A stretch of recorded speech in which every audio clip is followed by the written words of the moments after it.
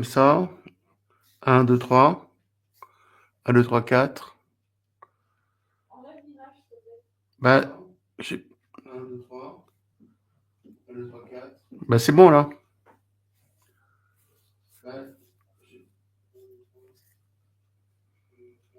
c'est bon là.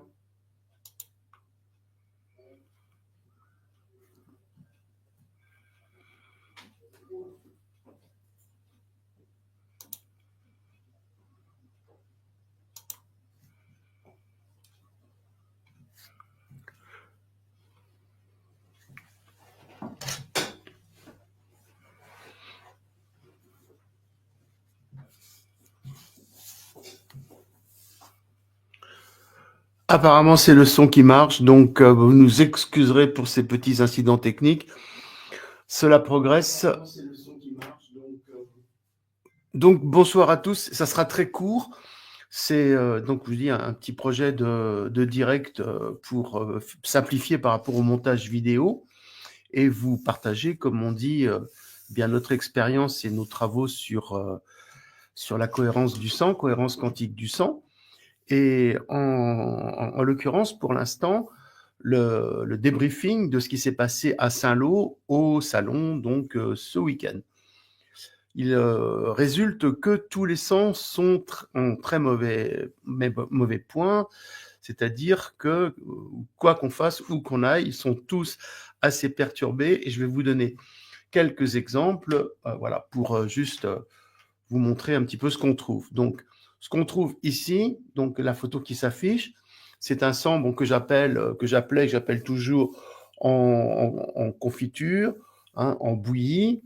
Mais ce qui est, hélas, d'actualité, c'est qu'on le trouve même chez les non-vaccinés qui ont des problèmes d'athérome, des problèmes cardiaques, des problèmes donc concrets par rapport au système de circulation artérielle.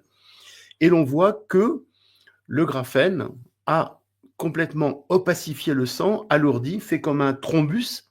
Un thrombus, c'est un bouchon quelque part. Donc on voit un sang, vous voyez, qui ne circule pas. Normalement, il doit être beaucoup plus détaché. Ceux qui ont vu les vidéos le savent, bon, je vous le ferai après. Et c'est assez inquiétant parce que, eh bien, même pour les non-vaccinés, avec les réactions qu'on appelle de shedding, c'est-à-dire les vaccinés qui contaminent les non-vaccinés et réciproquement, puisque en fait c'est une sorte de chaîne infernale, eh bien, les organismes, certains organismes, beaucoup d'organismes présentent un sang comme cela. Donc, le but et l'essai de thérapie que l'on propose, c'est d'essayer de mettre de l'air, si vous voulez, entre les globules rouges, les séparer, parce que quand vous avez donc des globules rouges comme ça, qu'officiellement on appelle glyqué, un sang glyqué, c'est-à-dire en fait sucré, c'est un sang caramel. Hein, c'était Robert Rapin, pour ceux qui connaissent, c'était un très grand nutritionniste qui nous apprenait ça à l'époque, puisqu'il y a des analyses de sang maintenant qui le font. Et nous, maintenant, on le voit au microscope. Donc, c'est un sang glyqué, un sang, en gros, qui a caramélisé. Les globules rouges se sont collés les uns aux autres. Et évidemment, ils ne fonctionnent pas bien, ils n'oxygènent pas. Et c'est la catastrophe. Donc, on trouve ça en majorité. Voilà. Donc, je vais vous donner maintenant aussi ce qu'on trouve de façon très étrange. Ce sont ces cristaux de graphène en forme un peu de plume, un peu de marteau. Je ne sais pas si ma petite flèche le montre là. Et on trouve ça dans tous les sangs. C'est curieux parce que c'est une forme typique qu'on ne trouvait pas systématiquement dans tous les sangs avant. Et ben maintenant, on le trouve. Donc, est-ce une forme géométrique? Est-ce une forme par rapport au cristal de graphène, donc à la bioingénierie, c'est-à-dire bon, tout ce qui est pour nous influencer, comme les chemtrails, etc. Donc, ça peut s'induire dans le sang. Voilà, c'est quand même très curieux ce qui se passe. Ah, c'est drôle, c'est la première fois que je vois des commentaires qui s'affichent, des petits cœurs, bonjour, ouais, c'est formidable. On trouve également, alors je vous mets une autre ajoutée à la scène. Maintenant, donc vous voyez, j'explique un petit peu en vrac. Hein, en vrac, et toutes les connaissances qui se cumulent et qu'on peut dire. Donc, on a autour donc une partie de ce qu'on appelle, nous, les capsules, les capsules sont un mécanisme de nettoyage du sang qui est induit par le CVQ médusa, donc le cerveau supérieur. Et le CVQ médusa, donc cerveau supérieur, c'est ce dont il est bon, sain, de garder ou de ne pas garder dans l'organisme. Donc, lorsque le CVQ médusa détecte quelque chose qui n'est pas bon dans le sang, il le considère donc comme un antigène, quelque part, comme un ennemi, comme une pollution, un parasite, etc. Et il l'entoure d'une capsule. Donc, l'origine de cette capsule est assez mystérieuse officiellement. Nous, on sait que c'est une projection Médusa, mais ce sont les constatations que l'on a fait. Quand on active Médusa, les capsules apparaissent et on ne sait pas en quoi elle est faite. Alors, ce n'est pas de la kératine, ce serait trop dur. Et je vous rappelle que la kératine, donc ce qui constitue les ongles, les cheveux, par rapport à la théorie de Robert Ziermi, est un mécanisme d'encapsulage aussi des cellules cancéreuses. Les cellules cancéreuses, alors qu'on ne voit pas ici normalement, quoique, donc je continue, la kératine entoure les cellules cancéreuses pour les éliminer. Donc, c'est assez semblable ici, puisque nous avons une capsule, donc on pense que elle est probablement en lien avec la kératine, mais là, je n'ai aucune preuve. On pense plutôt à des glycoprotéines, donc des protéines mélangées avec du sucre, une sorte de structure, voilà. Et à l'intérieur, donc je vous montre, ça c'est très intéressant, ce sont donc à éliminer des cellules qui proviennent des globules rouges qui se sont mis en forme embryonnaire. C'est-à-dire que les organes se reconstruisent à chaque fois par le turnover, mais des fois, le modèle est raté. Et le modèle raté ne doit surtout pas faire office de référence, sinon c'est l'apparition du cancer, d'une tumeur. On parle de problèmes avec, l'ADN, un bug ADN, etc. Donc oui, mais nous, on le voit dans le sang. On voit des globules rouges qui se sont mis en formation et en formation d'organes. Alors là, organes indifférenciés, on ne sait pas, et qui doivent être éliminés par la capsule. Donc quand on a ce mécanisme de nettoyage par la capsule de cellules embryonnaires naissantes, et donc avec un proto-organe, on sait que la personne est protégée du cancer. C'est à partir de ce moment-là où le mécanisme ne se fait pas que les cellules vont s'implanter. On pourra parler de métastases. Métastases proviennent de toute évidence, je ne peux pas dire plus que de toute évidence de ce mécanisme-là. Et après, ça dégénère en cancer, c'est la panique, etc. Donc voilà à peu près ce que je voulais vous montrer sur ce check, de Saint-Lô. Et encore une. Voilà, encore une. Donc, on a également donc des cristaux de graphène qui apparaissent de façon tout à fait étrange. Donc, vous voyez, c'est une forme de requin. Et alors, à l'intérieur, il y avait également une formation en modification. Elle était en train de bouger. Donc, dans cette présentation de ce soir, je ne peux pas mettre les vidéos parce que ça ne marche pas. Mais quand j'aurai trouvé le moyen de vous mettre en direct les vidéos et de les commenter, vous verrez qu'à l'intérieur, cela se modifie. Donc, ce que je vous montre ce soir, c'est les cristaux de graphène, donc les formations de graphène qui sont vraiment inquiétantes dans le sang et qui se trouvent partout, et même dans les non-vaccinés. Vous remarquerez autour de cette formation en forme de requin, vous voyez, on a l'impression que c'est un requin, à gauche en bas, alors je ne sais pas si vous voyez la flèche, quand je mets mon partage d'écran, je ne sais pas, le nez, la bouche, l'œil, et puis le corps. Mais bon, c'est tout à fait un hasard, il n'y a pas de requin, voilà, on comprend pas. Mais voilà dans le sang, voilà les capsules de graphène. Et l'on voit, là on le voit assez bien, de part et d'autre, les globules rouges qui sont également presque anesthésiés, vous voyez, qui sont comme capturés par cette entité graphène à l'intérieur. Et les globules rouges, donc de part et d'autre, qui se ressemblent un petit peu aux globules rouges glyqués de tout à l'heure, là, on voit, sont complètement séquestrés par ce graphène. Et c'est comme si le graphène, qui est du carbone, attirait l'oxygène, se nourrissait de l'oxygène des globules rouges, donc en les détruisant, en les rendant inefficaces. Et à ce moment-là, quand vous avez ce mécanisme qui véhicule dans le sang et qui va se propager dans l'organisme, c'est pas très bon signe. C'est-à-dire que vous passez en anaérobie, vous n'avez plus de souffle, vous ne vous respirez pas. Alors bien sûr, après vous êtes fatigué et vous dégénérez petit à petit. Donc voilà en photo les effets du graphène sur l'oxygénation. Hein, et on comprend que, avec le graphène, vous ayez des problèmes d'anaérobie, donc jusqu'au cancer, mais les gens qui ne respirent pas, qui soufflent, etc. Et donc voilà le mécanisme pervers que l'on a. Donc, il faut que je précise, parce que j'ai eu des remarques, dont je le fais là, et je le referai, que dans une première vision au microscope à fond noir, le sang est souvent assez normal. Bon, je n'ai pas de photos sous les yeux, mais comme vous me connaissez un petit peu, vous devez, enfin les vidéos, je veux dire, vous devez savoir.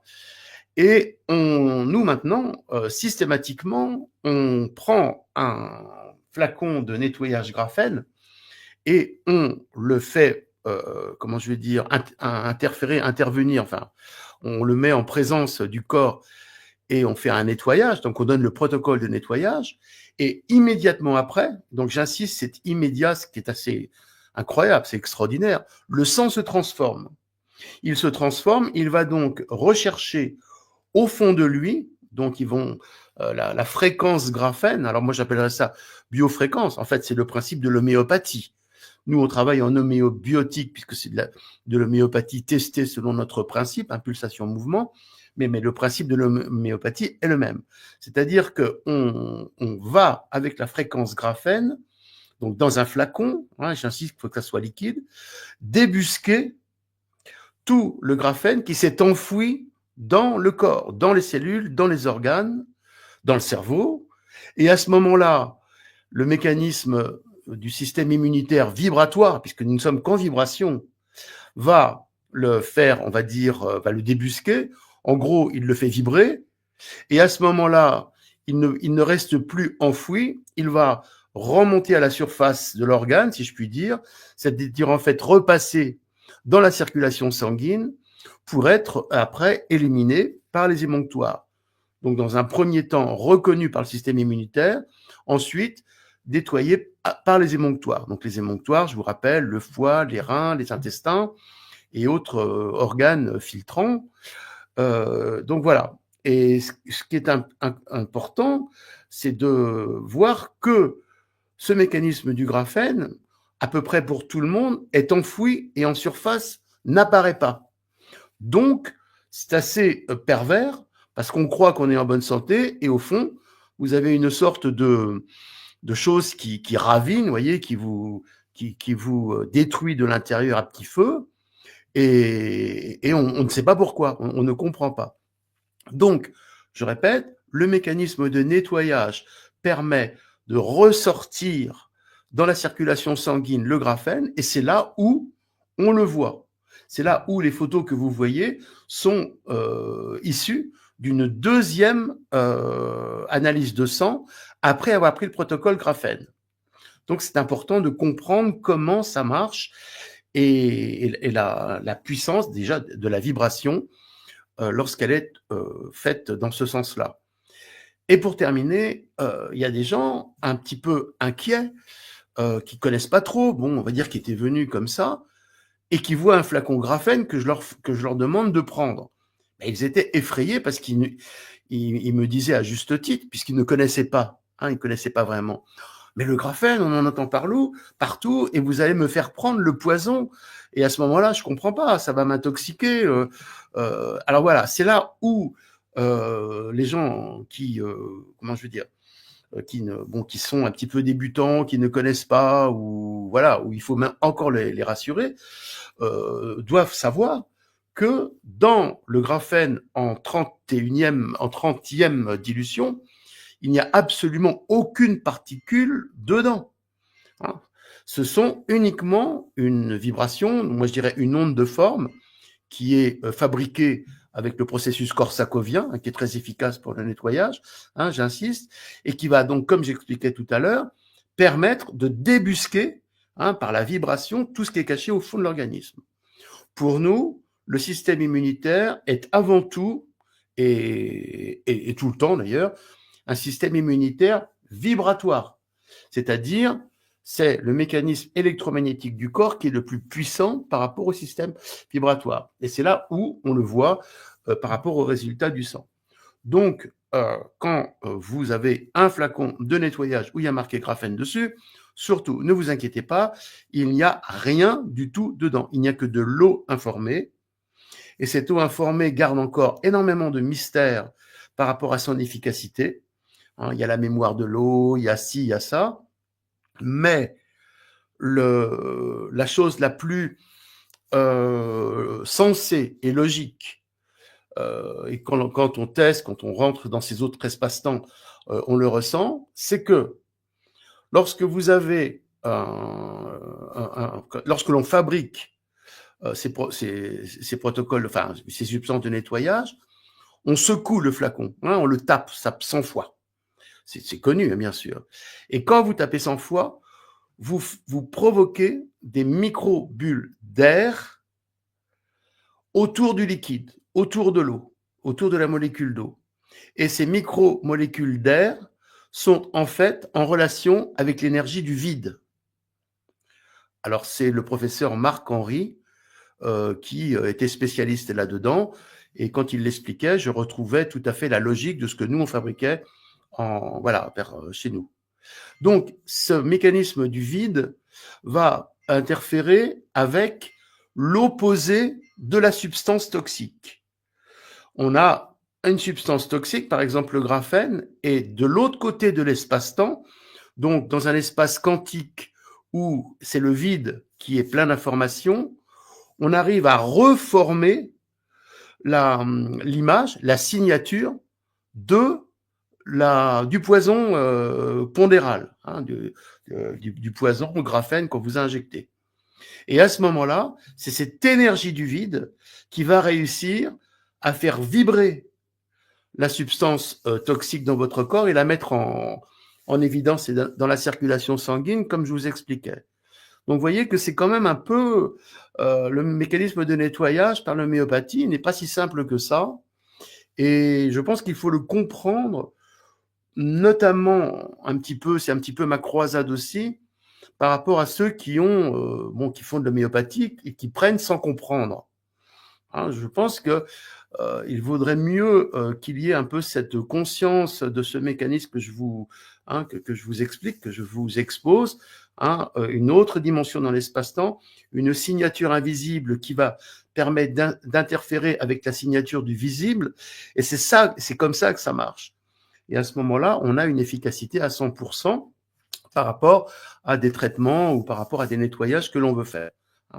Et pour terminer, pour nous, l'homéopathie doit se prendre en liquide. Ce qu'on propose, c'est unique. Souvent maintenant, on vous propose des granules, enfin tout le temps d'ailleurs, des granules qui sont absolument pas efficaces parce que le support du lactose perturbe cette fréquence. C'est très médiocre. Il faut avoir un système qui reste la mémoire de l'eau, donc eau, avec l'eau de là, quelque part, l'autre dimension, avec notre dimension à nous. Donc, je voulais juste préciser ça. Donc, voilà. Et puis, je pense que pour cette première tentative d'explication, ça n'a pas si mal passé. Et je vous dis à bientôt sur Biotique TV.